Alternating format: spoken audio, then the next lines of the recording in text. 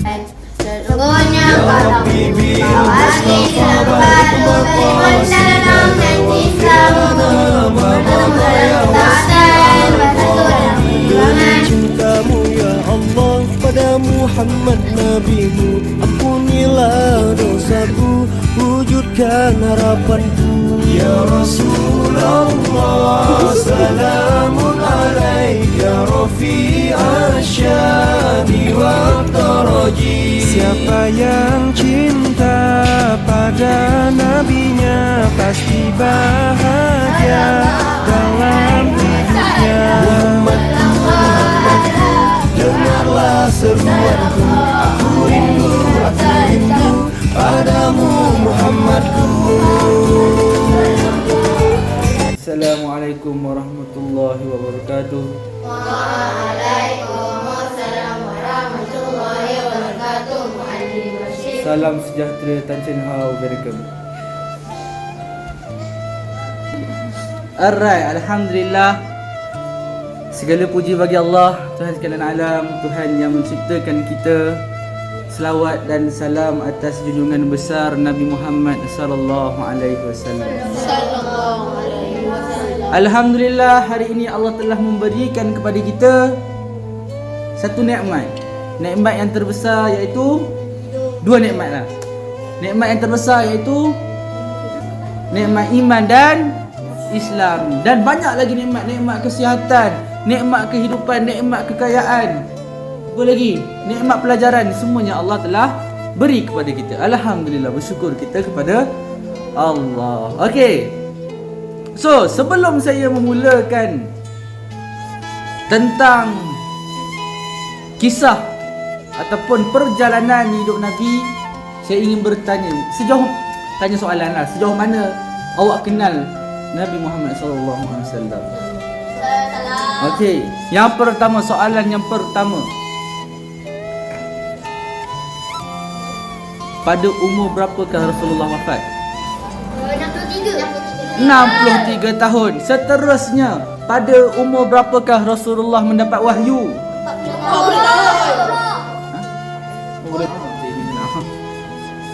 Pada umur berapakah Rasulullah mula bernikah dengan Siti Khadijah? 25. Dan Rasulullah lahir di mana? Pada tahun bila Rasulullah lahir? Ha? 12 Rabiul tahun Rasulullah wafat? 63. Dia tahu tarikh dia. Pada bila? Pada bila? 12 Rabiul tahun dia lahir tahun gajah, meninggal tahun gajah. Macam tu. Ha? Tak, bukan, saya tanya tak kat mana, bukan kat mana. Tahun bila? Tahun bila? Tahun ke? Tahun ke? Tahun ke-11 Hijrah. Dia, Farid ada nak cakap satu? Okey, apa dia? Okey, bangun Farid. Okey, ceritakan kepada dia apa itu hijrah.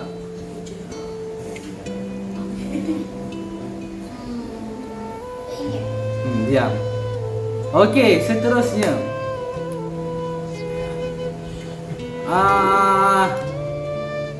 Rasulullah ada berapa orang anak? 7. Yang pertama Zainab. lagu, nyanyi satu lagu, satu lagu.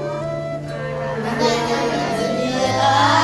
7 orang, 3 laki-laki, 4 perempuan. Sin Abdullah, Ibrahim, Fatimah, Zainab, Ruqayyah, Zainab, Ruqayyah, Umi Kalsum. Okey, Fatimah tu awal tadi. Okey. Nabi ada 7 orang anak, 3 laki-laki dan 3 lelaki ni semua mati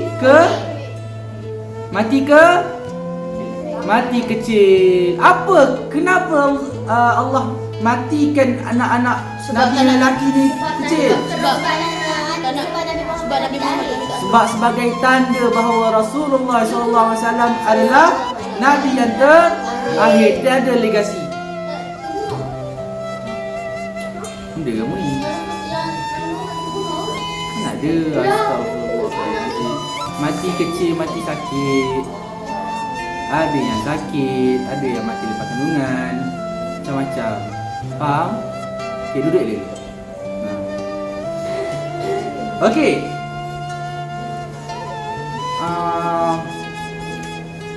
Pada umur berapakah Rasulullah mula mengembali kambing? 4 tahun. Pada ketika itu dia dijaga oleh Ibu saya. Ha? Ibu Suai. Ibu Susan kan? Lepas tu Ibu Susan meninggal. Dan siapa jaga pula? Atuk kandung. Ha? Atuk dia iaitu Abu Talib ke Abdul Muttalib? Abdul Muttalib. Abu Talib ke Abdul Muttalib? Abdul Muttalib. Abdul Muttalib. Okey, seterusnya.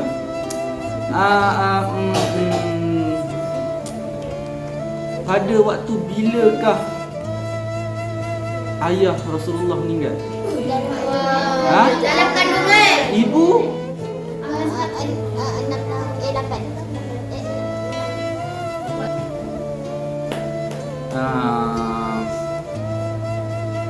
Lama apakah nama benar Rasulullah? Muhammad bin Abdullah bin Abdul Muttalib. Abdul Muttalib bin Hashim bin Manaf bin Kilab bin Manaf bin Qusay bin Kilab bin Okey, dah cukup. Alright. Okey. Cerita dia macam ni. Pada mulanya Rasulullah mendapat wahyu di Gua Hira pada umur 40 tahun. 40 tahun. Dan pada ketika itu Rasulullah tengah apa orang cakap bertapa. Bertapa di Gua Hira. Tiba-tiba datang satu malaikat yang bernama malaikat Jibril datang kepada Rasulullah dengan menunjukkan rupanya asal. Ada yang kata rupa asal, ada yang kata tak. Tapi datang berjumpa dengan Rasulullah dan terus memeluk Rasulullah dan memaksa Rasulullah membaca satu perkataan yang mana perkataan itu Iqra. Pada awalnya Rasulullah dapat baca tak? Tak. Tapi bila telah diulang, telah diajar oleh Jibril, maka Rasulullah pun dapat baca. Dan Rasulullah lari bergegas balik ke rumah, terus berselimut dan terus suruh Siti Khadijah selimutkan dia kerana dia terlalu ketakutan. Dan pada ketika itu Siti Khadijah ni bawa Rasulullah jumpa sepupu Siti Khadijah ni yang bernama Warqah bin Naufal. Warqah kan? Warqah bin Naufal, iaitu Warqah bin Naufal ni adalah seorang pendeta agama Nasrani. Dan pada ketika itu Warqah bin Naufal kata bahawa Muhammad ni adalah seorang rasul yang terakhir dan tak ada lagi rasul yang akan ada. Dan Warqah bin Naufal ni cakap juga, kalau aku sempat hidup di zaman dia, aku akan berjuang bersama-sama dengan Muhammad ini. Okey, itu adalah tanda Rasulullah adalah rasul yang terakhir. Okey. Dan Rasulullah pun dapat dia punya Rasulullah tahu dia jadi rasul dan terus dia menyebarkan agama. Okey. Pada awalnya Islam tersebar dengan secara sembunyi, rumah ke rumah. Rumah ke rumah. Pergi satu rumah tu, sahabat-sahabat lain pergi ke secara sesenyap. Pada ketika itu orang lain tak tahu kewujudan Islam. Pada tiba-tibalah Rasulullah ni berani, dia pergi dekat kota Mekah, dia terus naik kat satu Bukit Sofa dan terus berucap. Dia kata, "Wahai sekalian manusia, kalau aku katakan ada seorang tentera di belakang bukit ini yang akan serang, adakah kamu percaya?" Manusia yang pada ketika itu ada dekat situ mengatakan, "Ya, kami percaya." Dan dia kata, "Kalau begitu, kalau aku tanya bahawa aku adalah Rasulullah, Rasul utusan Allah yang akan menyampaikan agama Islam, adakah kamu percaya?" Pada ketika itu ramai yang mencaci maki Rasulullah sallallahu alaihi wasallam. Abu Lahab, kenal Abu Lahab, pernah dengar?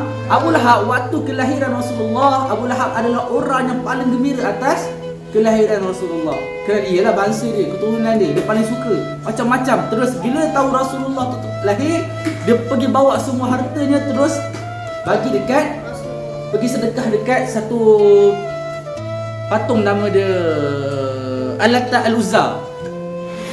Itu nama patung. Terus patung besar, dia bagi sedekah itu sebagai tanda kesyukurannya kerana Rasulullah sallallahu alaihi wasallam tu lah. Tapi dia tak tahu bahawa Rasulullah sallallahu alaihi wasallam ni lahir, dia lah manusia yang akan mengubah dunia ini. Dan pada ketika itu ramai yang menghina dia, mencaci dia, kata Rasulullah ni ahli sihir. Sebab dia kata macam-macam bukti dah Allah tunjuk Rasulullah boleh belah bulan, Rasulullah macam-macam. Mereka kata Rasulullah ni sihir. Sebab pada ketika itu bangsa Arab ni tak teruja pun dengan kuasa-kuasa macam tu. Sebab ramai orang guna sihir, so dia tak teruja. Tapi bila macam mana ramai banyaknya Islam ni, orang Islam ni masuk, orang luar ni masuk Islam? Sebab terdengar ayat-ayat Al-Quran. Pada ketika itu bangsa Arab ni suka mendengarkan perkataan-perkataan yang indah. Sebab tentu orang tentu orang Arab ni suka sangat dengar syair. Tiba-tiba dengar pula ayat Al-Quran, dia kata ini bukan ayat yang biasa, ini adalah luar biasa. Itu bila mereka dengar ayat-ayat Al-Quran, terus mereka ramai nak masuk Islam. Bukan itu saja, banyak lagi faktor lah. Faktor dia akhlak Nabi lah, macam-macam lah. Itu di antara faktornya adalah mendengar ayat Al-Quran. Siapa sahabat yang terkenal, dia bila dengar ayat Quran dibaca, terus dia nak meluk Islam? Siapa? Sayyidina Umar. Dia dengar, asalnya Sayyidina Umar ni adalah orang yang paling benci dengan Rasulullah. Apabila dia mendengar perkataan yang telah dibaca, terus dia pergi jumpa Rasul dan menyatakan keislamannya. Dan pada ketika itu bila Sayyidina Umar ni masuk Islam pun makin lama makin berani. Dia tiba-tiba orang-orang yang dulu paling kuat nak hentam dia, sekarang tiba masuk Islam. So Islam makin lama makin kuat, makin berkembang. Dan pada ketika itu orang-orang Arab Quraisy ni dah tak boleh duduk senang lah. Sebab Islam ni dah macam dah makin lama berkembang mereka mulalah palau Nabi dan umat Islam yang lain. Palau sehinggalah ada di antara mereka yang tertekan, ada yang tak dapat beli makanan, dia pun tak dapat nak teruskan hidup. Ada yang berniaga tapi tak ada orang beli dekat dia. Terus mereka berhijrah. Dan tiba-tiba dapatlah panggilan hijrah. Dan ketika itu mereka hijrah ke mana? Madinah. Ke? Madinah.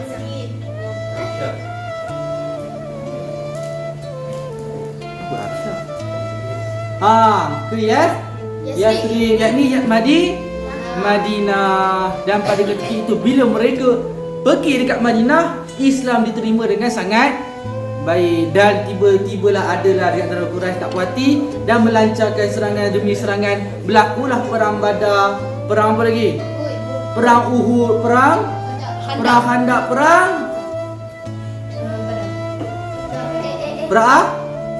Ahzab dan seterusnya. Okey. Dan lain-lain. Okey. Selepas dah habis betul banyak perlawanan, peperangan yang Islam menang, dan tibalah Rasulullah, umat Islam akan pulang ke Mekah untuk menunaikan haji. Dan pada ketika itu Islam sangat aman. Dan waktu tu ayat Quran pun turun. Yang maksud, pada hari ini aku telah sempurnakan kamu bagi agama kamu, dan aku telah redha Islam itu adalah agama kamu. Pada ketika itu kalau orang siapa kenal nama dia tu, Ibnu Abbas mendengar ayat tu, dia terus menangis. Ramai orang tak tahu kenapa menangis ni. Dia kata bahawa itulah tanda-tanda yang Rasulullah akan pergi. Ya, bila Islam tu dah cukup, Allah telah redakan Islam tu dan telah sempurnakan agama Islam tu, apalah guna lagi Rasulullah. Maknanya tugas Rasulullah telah pun selesai dan Rasulullah pun akan pergi. Selepas 60 hari selepas turunnya ayat tu, Rasulullah pun meninggal. Dan pada ketika itu ramai yang sedih, ada yang menangis di hujung-hujung masjid, di tengah-tengah jalan, di mana-mana tempat ramai menangis. Dan tu bila Sayyidina Umar dengar kata Rasulullah ni wafat, dia terus berlari ke rumah Rasulullah dan tengok ramai orang. Lepas tu dia kata, kenapa dia kata Rasulullah wafat? Terus dia memaki dia kata, siapa yang kata Rasulullah wafat, maka aku pancung dia. Dan dia terus berlari masuk ke rumah Rasulullah dan tengok Rasulullah dah tak bernyawa. Tapi dia kata apa? Dia kata Rasulullah ni bukannya wafat, Rasulullah hanya pergi bermunajat seperti Nabi Musa bermunajat dengan Tuhannya, dan dia akan balik dekat bumi ni dan akan pancung tangan dengan kaki kamu secara bersilang. Sebab kata Rasulullah tu wafat. Sebab apa? Sebab apa dia kata macam tu? Sebab dia tak boleh terima kematian Rasulullah pada awalnya. Dan dia keluar, dia kata siapa yang kata Rasulullah wafat, aku akan pancung dia. Potong balik dia. Pada ketika itu ramai di antara umat Islam yang nak murtad. Dia kata mana mungkin Rasulullah boleh meninggal. Rasulullah dia kata ini kalau Rasulullah meninggal ni Islam tak betul lah. Ramai yang nak murtad, nak keluar, ramai yang buat desas-desus yang mengatakan akan ada Rasul lagi. Tibalah Sayyidina Abu Bakar masuk ke rumah Rasulullah dan tengok betul Rasulullah telah wafat dan dia keluar. Dia memberikan kata-kata yang masyhur yang tercatat dalam buku-buku sejarah Islam dengan sejarah-sejarah barat. Ayat dia mengatakan apa? Jikalau kamu menyembah Muhammad, maka Muhammad telah pun wafat, dan jika menyembah Allah, maka Allah kekal hidup dan abadi takkan wafat. Dan pada ketika itu Sayyidina Umar dengar dia jatuh rebah dan pengsan. Sebab dia dah berterima yang Rasulullah tu telah wafat dan dia telah pun meninggal.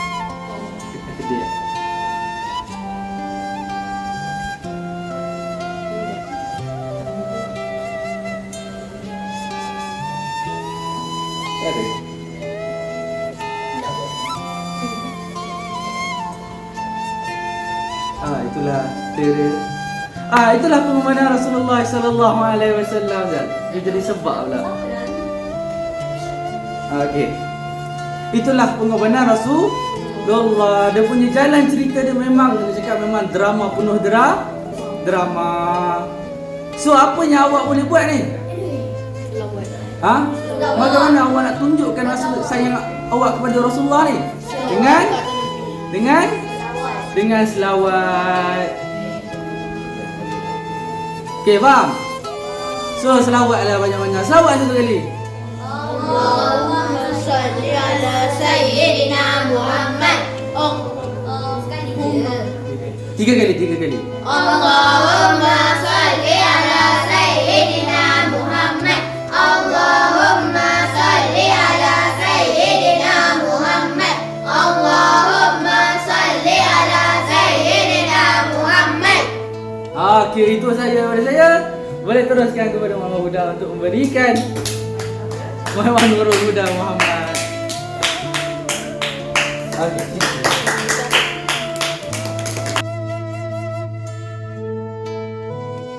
Hayyul Hadi bi ajmal dzikra sallallahu alaihi fahuwa imadi yawmal ma'adi nabiyuna طه المختار حي الهادي بأجمل ذكرى سلوانا وعلياه فهو إمادي يوم المعاد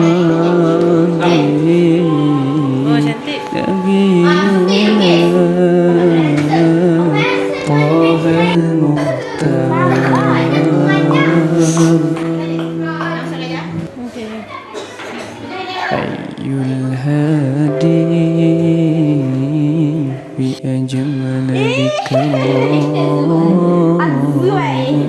صلى الله عليه الطار فهو إمادي